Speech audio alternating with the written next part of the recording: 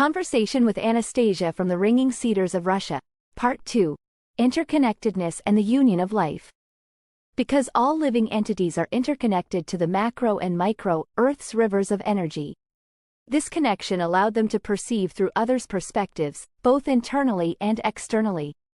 They could access others' thoughts and mental imagery, as well as experience the sensory perceptions of various creatures, such as seeing through an eagle's eyes or smelling through an antelope's nose. This deep connection extended to plants and elements, enabling them to sense the blossoming of flowers and the ripening of fruits. Because of this connection, everything was experienced as part of a singular thread of life. These harmonious and intricate connections signified their highly spiritual essence. This collective consciousness allowed groups to unite in spiritual efforts, such as combating diseases or warding off malevolent entities. When faced with threats to societal well-being, they would isolate affected individuals until a solution was found. And it was this isolation that brought about the modern man, where they named you as the lost ones, because of losing touch to your senses and being disconnected to the great Earth network. It is through self-improvement and detaching from the network of confusion that will return you to this great union of creation. Because after being lost, many have embraced this confusion and call it their home, where only by choosing and listening to their whispers can you return to this union. They send different whispers to remind you of your ancient heritage but will not reveal their true nature to you, as the act of knowing about their true nature will pollute this network. Because what lurks behind this realm of confusion is much more sinister than what is on the surface. Therefore, all of this can only come to you as a mere whisper or suggestion for you to figure it out for yourself. It is the ancient people we are talking about. However, the past we are talking about is in fact a realm, a dimension in the past relative to your direction and location. You must never view your reality as a linear flow of time, but a revelation of layers of realities through time. Thus, you move according to the things you have set your intention, while the inner being stands still and is timeless. This means if you begin to hold certain ideas in your mind, your reality will be unfolding towards that direction as time passes, where you have simply manifested this reality, with the foundational reality being the instance you begin embracing ideas about your expected reality. You should never view it as the passage of time, but the unfolding of events that will take you to your matured ideas. Thus, when we speak of the people of ancient times, it means that it is the reality that you have stepped out of, while your nature is simply eternal. And when you learn how to anchor yourself back into this inner being, you will see these other realms and their magnificence on how they are well aligned and how you can simply navigate through them as you sail in the oceans of mysteries. In contrast, modern society is characterized by increased isolation. People often struggle to recognize their own physical and emotional states, let alone empathize with those around them. However, this situation need not be a cause for despair. The future remains in your hands, shaped by the choices you make. If you continue prioritizing scientific and technological advancement, that path will define your trajectory. Alternatively, if you choose to explore and reconnect with the natural world, you can be assured of rediscovering an inherited wisdom that has been forgotten. There is far more to nature than is commonly understood in your current paradigm. The key lies in making conscious decisions about your direction and the company you keep. As you progress on your chosen path, further insights and opportunities will naturally be revealed. By following in the footsteps of your ancestors, you may discover far more about natural ecosystems than you currently assume. Many people hold a pessimistic view of nature, seeing it as a realm of chaos, starvation, and ruthless competition. There's a common misconception that wildlife is inherently filthy, consuming toxic foods contaminated by industrial waste, and that the natural world is filled with danger, where predators constantly lurk to devour their prey. However, this perception is not necessarily accurate. It's a simplified and often distorted view of natural life and ecosystems, shaped by biased or limited observations. The reality of nature is far more complex and nuanced. If you approach it with an open mind and give yourself time to truly observe and understand, you may find that nature reveals itself in unexpected ways. The forests and wild places have their own form of magic and wisdom to impart.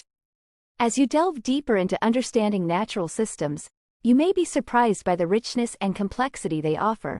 regretting not having explored this perspective earlier. The animals that you see eating filthy and toxic materials will give you a good lesson that you are what you eat. That if you eat toxic material, that is what you will produce. And that if you use harmful pesticides in your crops, that in turn comes back at you. It is the same with your bodies, that if you use toxic pills, or detergents or body soaps and so on to kill germs, these will also kill you slowly because you are simply part of the same ecosystem. So, then why not use this principle for your advantage? Why not use nutritious, organic solutions for your problems? Why not use plant products to chase pests away? Or to take showers with? Because these will recycle back to you and your environment. You are what you eat, and therefore the plants and your environment is what you feed it.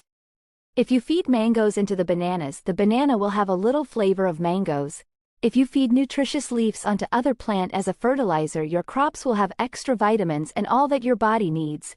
In addition to this, then your relationship with the plants will have created a good ecosystem with a symbiotic relationship with you. Pay attention to this. Realize that insects are healthy because they do not hold anything back. They live expressively without limitations, and thus their environment is them. Learn from them. At first glance, natural ecosystems appear to be defined by predator-prey relationships, which may seem harsh from a human perspective. However, these relationships serve important ecological functions. For instance, consider the interaction between chickens and insects. Many insects and worms naturally inhabit the soil, and their emergence can disrupt surface ecosystems, potentially causing diseases and environmental imbalances. Chickens, by consuming these insects, act as natural regulators, helping to maintain ecological balance. Similarly, larger predators like wolves and dogs play crucial roles in their ecosystems. They control populations of smaller animals like chickens, which, if left unchecked, could overgraze and damage vegetation. Predators often target weaker or unhealthy prey, as they can detect abnormalities through keen senses, such as hearing irregular heartbeats or smelling chemical imbalances. This natural design helps maintain the overall health of prey populations. Grass and shrubs are vital components of ecosystems, providing soil coverage and protection from excessive sunlight while sheltering microorganisms. They grow rapidly, though some species struggle beneath tree canopies. Grass also captures and accumulates organic matter carried by wind, facilitating natural composting and fertilization. At night, these plants assist in condensing atmospheric moisture, contributing to local water cycles, a stark contrast to arid environments. Trees play multifaceted roles in ecosystems. They regulate atmospheric precipitation and gas composition, indirectly influencing the reproduction rates of various organisms. Plants also produce chemicals like pheromones that affect animals and insects' behavior. Trees also act as energy conduits, connecting to Earth's energy systems and facilitating communication between different realms. Ancient cultures recognized this, using large trees for long-distance communication and as gateways to spiritual realms. In essence, the natural world is an intricate, interconnected system that embodies a grand design waiting to be rediscovered and better understood.